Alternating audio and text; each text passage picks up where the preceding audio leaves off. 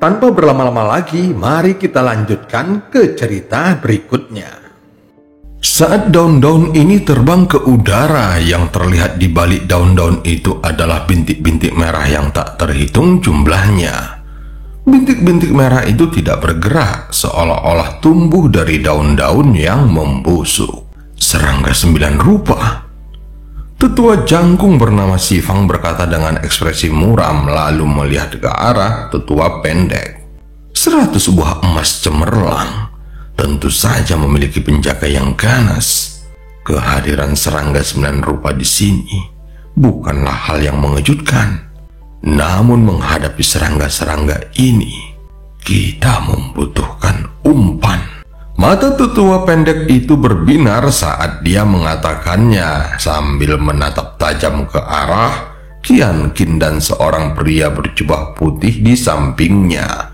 Kemudian dia memperlihatkan senyuman kejam.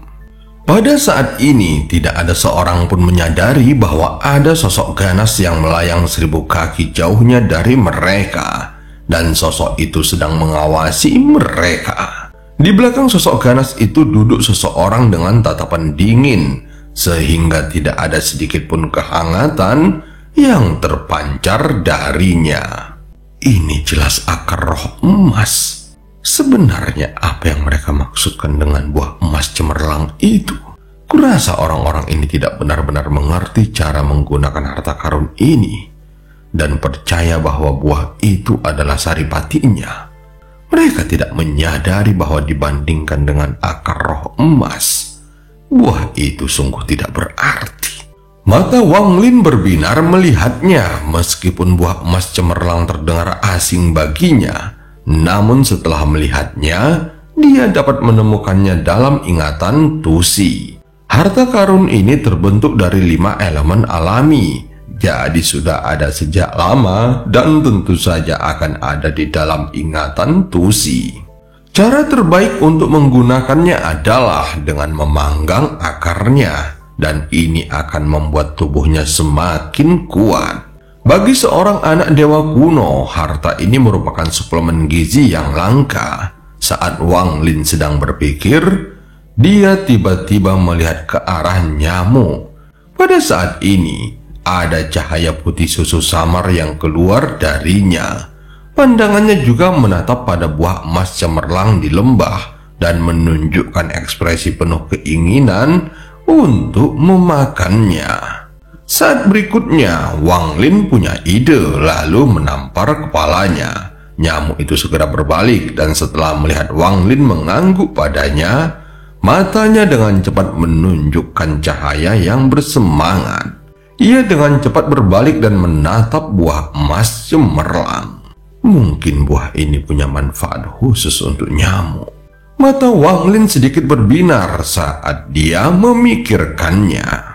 Kedua tetua sekte pedang Daluo saling memandang, lalu tetua pendek itu tiba-tiba melepaskan tangannya. Tiba-tiba, pria berpakaian putih di sebelah Qianqin berteriak dan tubuhnya terlempar ke lembah oleh kekuatan yang tak terlihat. Tepat saat dia terlempar ke dalam lembah, suara keras yang mampu menembus langit bergema di dalam lembah. Dalam sekejap mata, sejumlah besar titik merah keluar dari dedaunan busuk yang menutupi lembah dan mulai berkumpul. Dari kejauhan, pemandangan ini sangat mengerikan. Kakak senior! Qianqin tiba-tiba berbalik. Dia menatap orang-orang dari sekte pedang Daluo dan berteriak. Apa maksudnya ini, senior? Tepat saat Qianqin selesai berteriak, titik-titik merah yang tak terhitung jumlahnya mulai bergerak. Titik-titik merah itu berkumpul membentuk awan merah raksasa, lalu mengeluarkan suara keras dan bergerak ke arah pemuda berjubah putih itu. Kecepatannya terlalu cepat. Mereka bergerak seperti kilatan petir merah dan mengelilingi pemuda berjubah putih. Pada saat ini, sebuah pemandangan yang mengejutkan semua orang muncul di hadapan mereka. Titik-titik merah yang tak terhitung jumlahnya menembus pakaian pemuda berjubah putih dan menusuk ke dalam tubuhnya. Hanya dalam waktu 3 kali tarikan nafas, jubah putihnya langsung berubah menjadi merah darah. Suara geraman dan teriakan mengerikan terdengar keluar dari mulutnya. Rasa sakit yang hebat menyebabkannya terus-menerus melukai dirinya sendiri, dan luka-luka bagian dalam muncul di sekujur tubuhnya.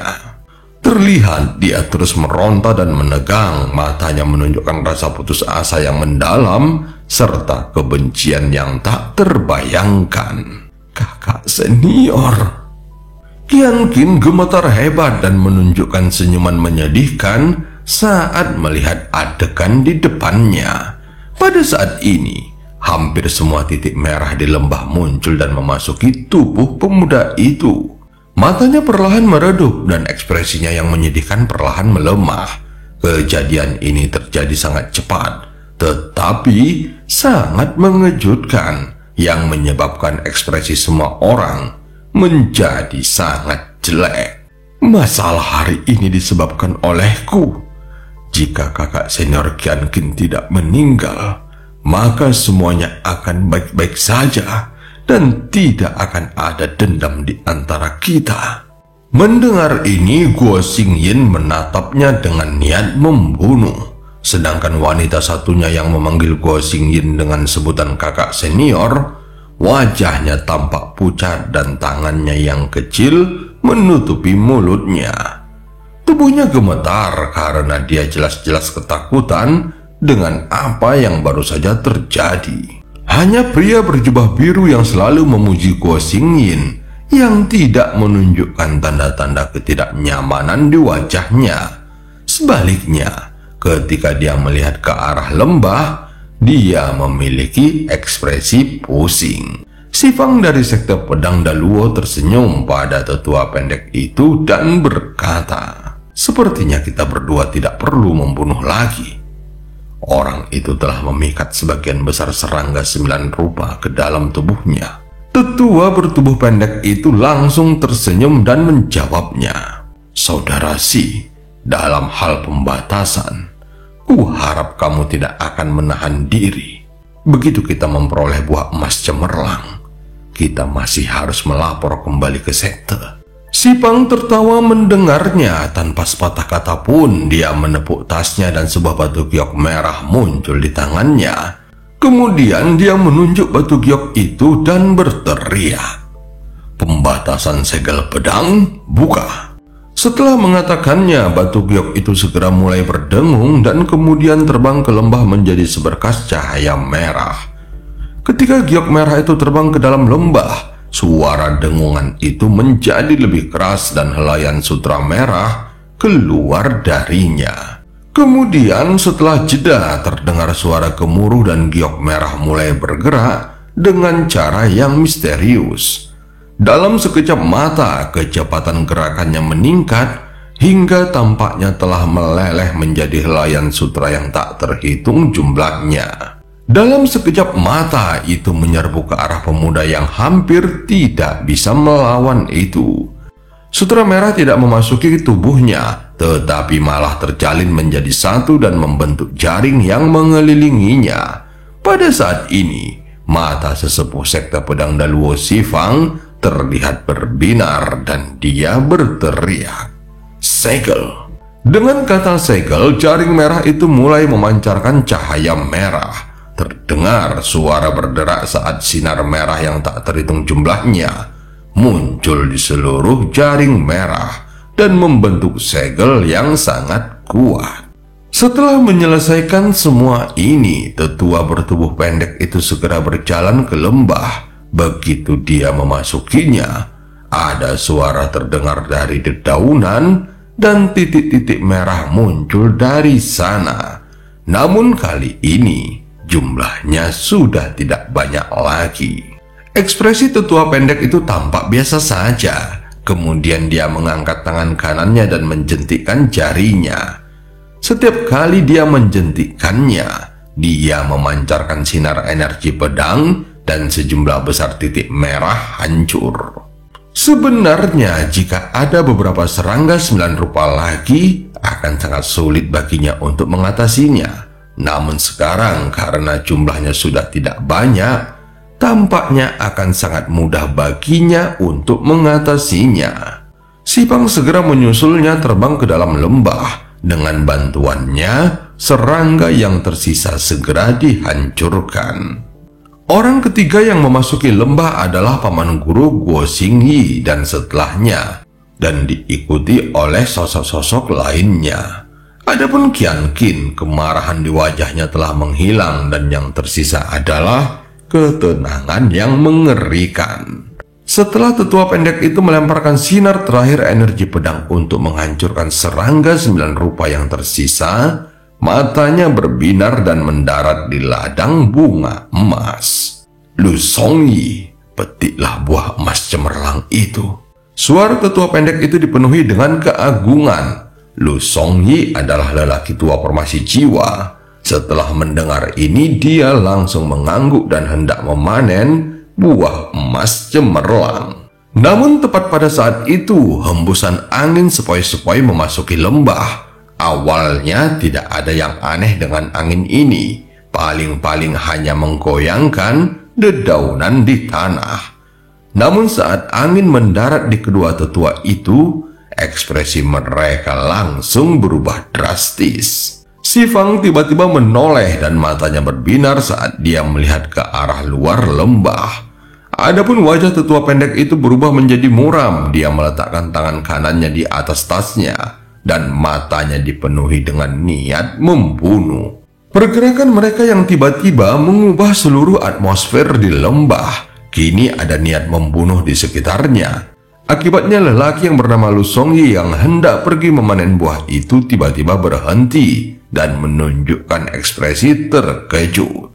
Adapun yang lainnya juga menampilkan ekspresi yang sama. Hanya mata Qian Qin yang tampak tenang saat dia melihat tubuh kakak seniornya yang telah meninggal. Seolah-olah semua yang terjadi di sekitarnya tidak ada hubungannya dengannya lagi. Merasakan keanehan ini, Sifang merenung sejenak lalu berteriak. Rekan kultivator yang baru saja tiba, tidak perlu berpura-pura atau bersembunyi. Aku salah satu tetua sekte pedang Daluo, Sifang. Aku ingin rekan kultivator keluar untuk berbicara. Kedua tetua itu saling memandang dan melihat keterkejutan di mata mereka masing-masing. Pada saat angin itu datang, perasaan itu meningkat beberapa kali lipat dari sebelumnya.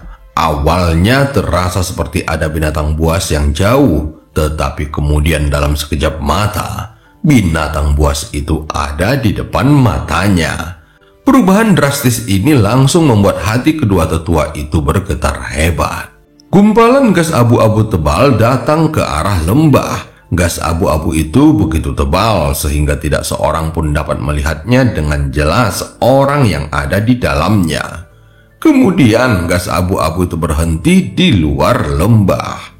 Saat gas abu-abu itu pertama kali muncul, ekspresi Sipang menjadi sangat jelek. "Tuan, kamu siapa?" Setelah tetua pendek itu selesai berteriak, dia tidak menunggu jawabannya. Dia mulai meraung, kemudian tangan kanannya menyentuh tasnya, dan sebuah cermin perunggu muncul di tangannya. Cermin itu terlempar ke udara dan tiba-tiba membesar hingga 3 kaki lebarnya. Cermin itu segera melepaskan cahaya hijau yang mengelilingi gas abu-abu. Pada saat tetua pendek itu melemparkan cermin, Sipang segera membentuk segel dengan kedua tangannya, dan pedang di punggungnya terbang ke udara. Pedang itu melayang vertikal di atas kepalanya, dan ilusi pedang besar muncul di belakangnya. Kemudian Sifang berteriak, "Potong!" Pada saat kedua tetua menyerang, Lu Songyi bergerak bagai kilat dan dengan cepat menyerbu ke arah buah emas cemerlang. Dia telah berkultivasi dalam waktu yang lama dan tahu bagaimana memanfaatkan kesempatan. Karena dia sudah dekat dengan buah-buah itu, dia akhirnya tiba di sana dalam sekejap mata. Cahaya dari cermin perunggu itu seperti penghalang yang mengelilingi gas abu-abu. Pada saat yang sama, Pedang Xifang mendekat seperti dari puncak surga ke-9. Sebelum pedang itu mendekat, sudah ada ledakan sonik yang menembus penghalang suara. Sekte pedang Daluo terkenal dengan pedang mereka, jadi kekuatan pedang mereka mungkin tidak lemah. Namun pada saat energi pedang turun, gas abu-abu tiba-tiba bergerak. Gerakan ini seperti 10.000 kuda yang menyerang dan seperti tsunami yang menjulang tinggi. Dalam sekejap mata, gas abu-abu itu menyerbu ke segala arah dan mengelilingi seluruh lembah. Bersamaan dengan itu, terdengar suara dingin yang datang dari dalam gas abu-abu. Bagaimana cahaya kunang-kunang bisa bersaing dengan terangnya bulan? Suara ini sangat dingin, dan saat suara itu mendarat di telinga semua orang, itu membuat mereka semua menggigil. Cahaya hijau yang mengelilingi gas abu-abu itu segera runtuh menjadi sinar cahaya hijau yang tak terhitung jumlahnya, sebelum akhirnya menghilang. Suara retakan juga datang dari cermin perunggu di langit sebelum terdengar suara ledakan, sehingga energi pedang Xifang tiba-tiba hancur. Kedua tetua sekte pedang Daluo hampir batuk darah, dan pada saat yang sama tubuh mereka terlempar ke belakang, sehingga meninggalkan jejak kaki yang dalam di tanah. Setiap jejak kaki yang mereka tinggalkan juga menyebabkan tanah bergetar sedikit. Saat gas abu-abu itu menyebar, satu helai gas melesat keluar seperti pedang. Sasarannya bukanlah kedua tetua itu, melainkan Lu Songyi yang mencoba memanen buah emas cemerlang secara diam-diam.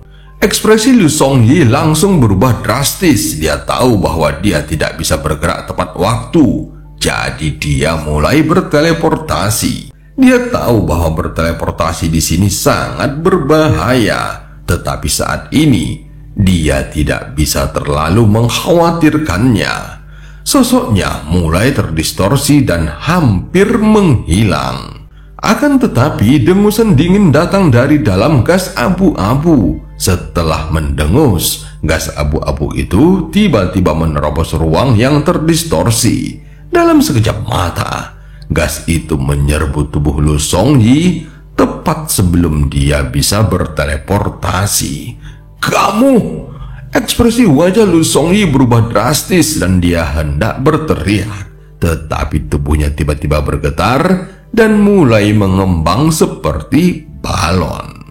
Adegan ini terlihat sangat aneh. Kemudian tubuh Lu Songyi mencapai batasnya sebelum meledak. Suara ledakan masih bergema di dalam lembah yang menyebabkan sejumlah besar daging dan darah berjatuhan ke tanah, sehingga kabut darah samar-samar menyelimuti area itu. Di tengah kabut darah, sesosok yang mengenakan pakaian ungu perlahan berjalan memasuki lembah. Orang ini memiliki rambut panjang yang dibiarkan terurai di belakang kepalanya. Wajahnya tidak begitu tampan, tetapi dia memancarkan aura yang luar biasa. Di jarinya ada dua sinar gas abu-abu yang bergerak seperti dua naga kecil. Di pinggangnya ada tanda ungu dengan kata 7 terukir di atasnya. Tentu saja kemunculan Wang Lin ini menyebabkan seluruh lembah menjadi sunyi senyap. Wajah Guo Xingyi tampak pucat pasi tanpa jejak darah dan tubuhnya sedikit gemetar. Tangan kanannya mencengkram pedangnya hingga jari-jarinya memutih. Adik perempuannya juga memperlihatkan ekspresi ketakutan. Akhirnya dia tidak dapat menahannya lagi dan berlutut untuk muntah. Terlihat wajahnya sangat pucat.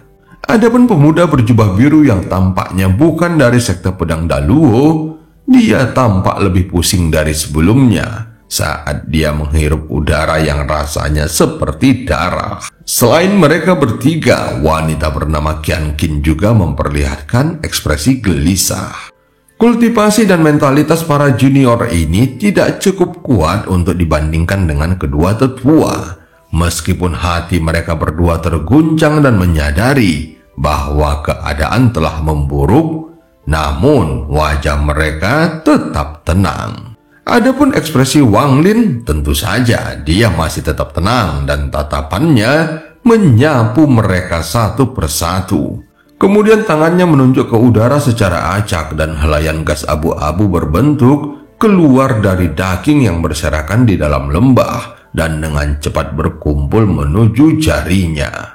Bola yang terbentuk dari gas abu-abu itu sangat keruh dan mengandung kekuatan misterius. Ketika seseorang melihatnya, maka mereka tidak bisa menahan diri untuk tidak menatapnya. Mata Wang Lin tampak tenang saat dia meremas jarinya dengan santai. Ada fluktuasi energi yang berasal dari dalam bola yang menyebabkannya menyusut hingga hanya seukuran kuku jari. Wang Lin meraihnya dengan tangannya dan saat dia membuka tangannya, bola gas abu-abu itu menghilang. Si Fang dari sekte pedang Daluo menatap tanda pengenal di pinggang Wang Lin sebelum berkata, "Sekte Tianming, murid ketujuh divisi ungu, Wang Lin." Wang Lin menarik tangannya lalu menatap Si Fang dan berkata, "Jawab pertanyaanku dan aku akan melepaskan salah satu dari kalian hari ini." Si Fang mulai tertawa seolah-olah dia telah mendengar hal terlucu di dunia. Tangan kanannya segera membentuk segel dan menunjuk ke langit, lalu energi pedang yang kuat keluar dari sarung di punggungnya dan naik ke langit. "Wang Lin, meskipun kamu adalah seorang kultivator transformasi jiwa tingkat menengah, dengan kami berdua bekerja sama dan dengan harta pedang dari sekte, bahkan jika kamu membunuh kami, kamu akan tetap terluka parah. Mari kita lihat bagaimana kamu akan pergi ke Laut Roh Iblis Timur ketika dibuka dalam 1,5 bulan ke depan." Dia sudah mendengar rumor tentang daftar orang-orang yang terpilih untuk memasuki Laut Roh Iblis Timur. Dia mendengar bahwa murid ketujuh divisi ungu yang baru diterima adalah salah satu orang yang terpilih. Sekarang setelah dia melihat Wang Lin, dia bertaruh bahwa Wang Lin tidak akan berani bertindak sembarangan terhadap mereka, karena mereka berdua bisa membalas dengan kekuatan penuh dan akhirnya melukainya. Dia merasa ini akan mengacaukan perjalanan Wang Lin ke Laut Roh Iblis Timur. Tetua bertubuh pendek itu tidak berbicara sepatah kata pun sejak Wang Lin muncul, tetapi matanya terus menatapnya. Sekarang setelah mendengar kata-kata Wang Lin, dia diam-diam menyadari bahwa ada sesuatu yang salah. Menurut pengamatannya, Wang Lin bukanlah orang yang melakukan sesuatu tanpa mempertimbangkannya sebelumnya. Daripada membuang-buang waktu berbicara dengan Wang Lin, dia lebih suka mereka bekerja sama dan mengambil kesempatan ini untuk menyerangnya sekarang. Tetua yang pendek itu mengatupkan giginya dan tanpa sepatah kata pun dia mulai bergerak. Dia segera menepuk tasnya dan bendera berwarna darah muncul di tangannya. Dengan satu lambaian, kabut darah keluar dari bendera dan segera menutupi seluruh tubuhnya. "Terimalah kematianmu!" Tetua pendek itu berteriak saat tangannya membentuk segel dan dia dengan kejam mencengkram telapak tangannya. Beberapa jejak telapak tangan berdarah yang menyebarkan bau darah tiba-tiba muncul di dalam kabut darah dan melesat ke arah Wang Lin. Pada saat yang sama, tetua pendek itu menggigit lidahnya dan memuntahkan sejumlah besar darah. Warna darahnya sedikit keemasan dan setelah batuk, dia mulai melantunkan mantra. Itu mengandung kekuatan misterius dan seolah-olah turun dari surga. Melahap hantu surgawi. Setelah selesai melantunkan mantra, mata tetua pendek itu berbinar dengan teriakan keras. Esensi darah yang sedikit keemasan mulai bergerak secara misterius dan dalam sekejap mata, darah itu menghilang. Pada saat yang sama, ada kepala ilusi setinggi 100 kaki tiba-tiba muncul di belakang tetua pendek itu. Kepala ini sangat besar dan berwarna hitam. Tidak ada rambut di kepala itu dan tampak seperti hantu yang ganas. Meskipun kepalanya berbentuk ilusi, namun itu memancarkan aura yang dingin. Saat kepala itu muncul, itu mengeluarkan suara gemuruh dan terbang dari belakang tetua pendek lalu menyerbu ke arah Wang Lin. Serang! Adapun Si Fang segera menggertakkan giginya. Tanpa sepatah kata pun, tangannya membentuk segel dan menebas ke bawah. Pedang di belakang punggungnya juga mengeluarkan nyanyian pedang yang menggetarkan bumi dan tiba-tiba menyerang Wang Lin seperti naga ganas.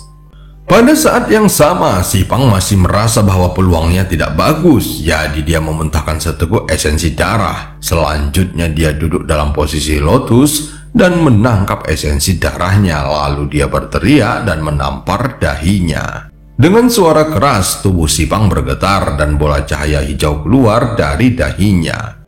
Dalam cahaya hijau itu, jiwa asal Si Fang tiba-tiba terbang keluar. Lalu dia membuka mulutnya dan cahaya hijau yang menyilaukan bersinar dari mulutnya. Cahaya hijau itu berubah menjadi pedang sepanjang jari dengan ukiran daun willow di atasnya. Segera jiwa asalnya memasuki pedang ini dan dengan cepat mengejar energi pedang. Terimalah kematianmu. Dua tetua sekte pedang Daluo tahap awal langsung menggunakan metode terkuatnya. Ekspresi Wang Lin tenang saat dia berdiri di sana dan tatapannya tetap terlihat sama. Dia mulai melangkah perlahan lalu mengangkat tangannya dan cahaya hitam muncul di jari-jarinya. Jari kematian. Dengan satu jari, semua rumput di lembah berubah menjadi coklat dan bahkan daun-daun yang sudah layu mulai berguguran.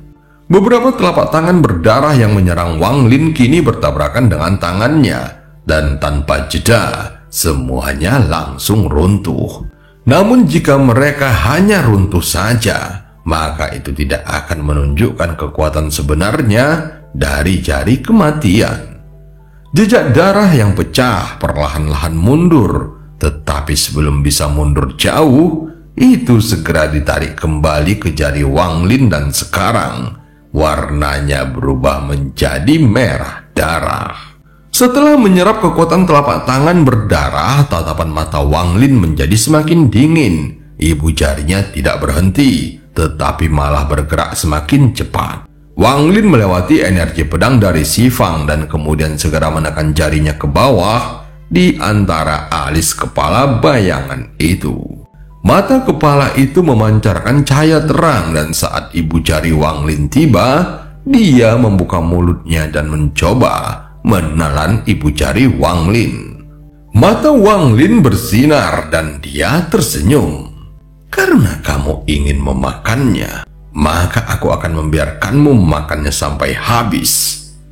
Setelah mengatakannya, ibu jari Wang Lin mulai bersinar merah saat dia mendorong semua kekuatan yang telah diserapnya dari telapak tangan berdarah ke kepala itu.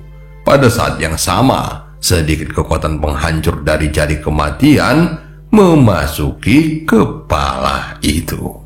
Pada saat yang sama, sedikit kekuatan penghancur dari jari kematian memasuki kepalanya, sehingga itu segera mulai membesar. Saat berikutnya, terdengar teriakan dari kepala itu saat dia segera mulai mundur, tetapi dia hanya bisa mundur sejauh 30 kaki sebelum meledak dengan keras. Mantra hidup tetua bertubuh pendek itu hancur yang menyebabkan wajahnya langsung pucat dan batuk darah. Matanya dipenuhi ketakutan saat dia berbalik dan berlari tanpa ragu-ragu. Dia pernah menggunakan mantra melahap hantu surgawi ini terhadap seorang kultivator transformasi jiwa tingkat menengah. Meskipun kultivator itu mampu menghancurkannya, tetapi dia mendapatkan luka yang serius. Namun Wang Lin mampu menghancurkannya begitu saja.